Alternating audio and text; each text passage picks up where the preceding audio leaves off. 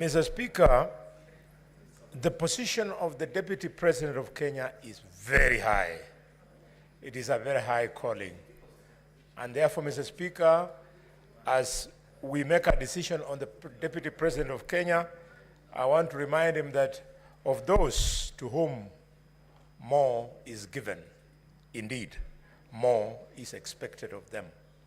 And he should not feel that he is being victimized because, Mr. Speaker, the highest standard of this Constitution in 2013, by dint of lack of integrity, the Deputy Chief Justice, Nancy Barasa, lost her job merely because she pinched the nose of Kwamboka. The Deputy President indeed did worse than pinching the nose of somebody. Mr. Speaker, the Deputy President, seeing the allegations against him, I can't imagine that he moves around with the moninga of man of faith and truthful man. Mr. Speaker, if really we must talk about faith, may I remind the Deputy President of a man of faith, a man of letters called Bill Paul. Bill Paul said, man of faith, that integrity is like virginity. You lose it only once. And when you lose it, you can never get it back. The Deputy President has lost that virginity of leadership.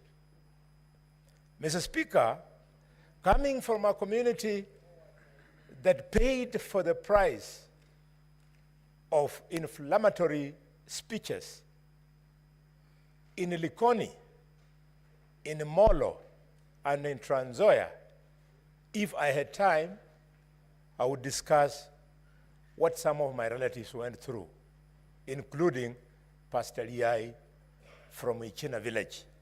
Mr. Speaker, during the tribal clashes of 1992 and 1997.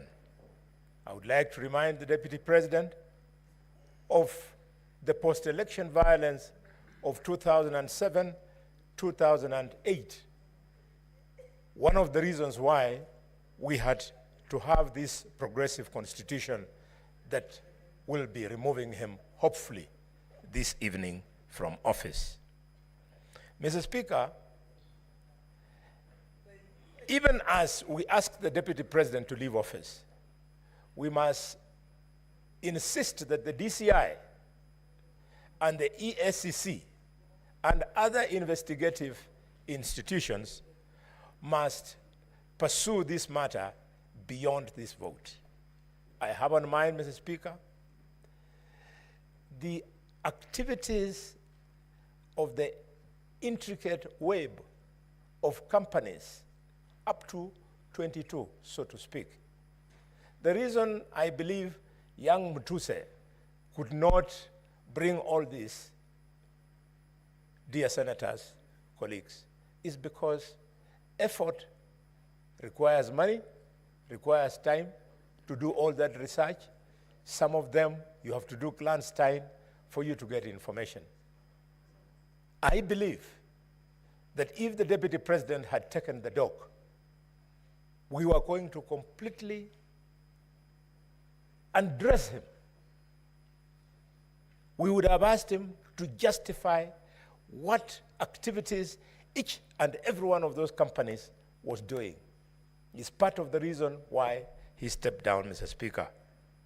Mr. Speaker, I have evidence, which I don't wish to be part of the case, that as soon as the Deputy President's brother died, the wife went to the corporate branch of the cooperative bank and started crying there that the manager should stop the Deputy President from operating these accounts.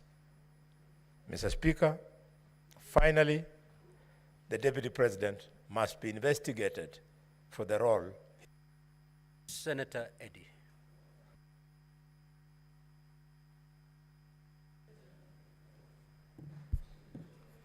Mr. Speaker, I thank you, and I recognize the pressure of time.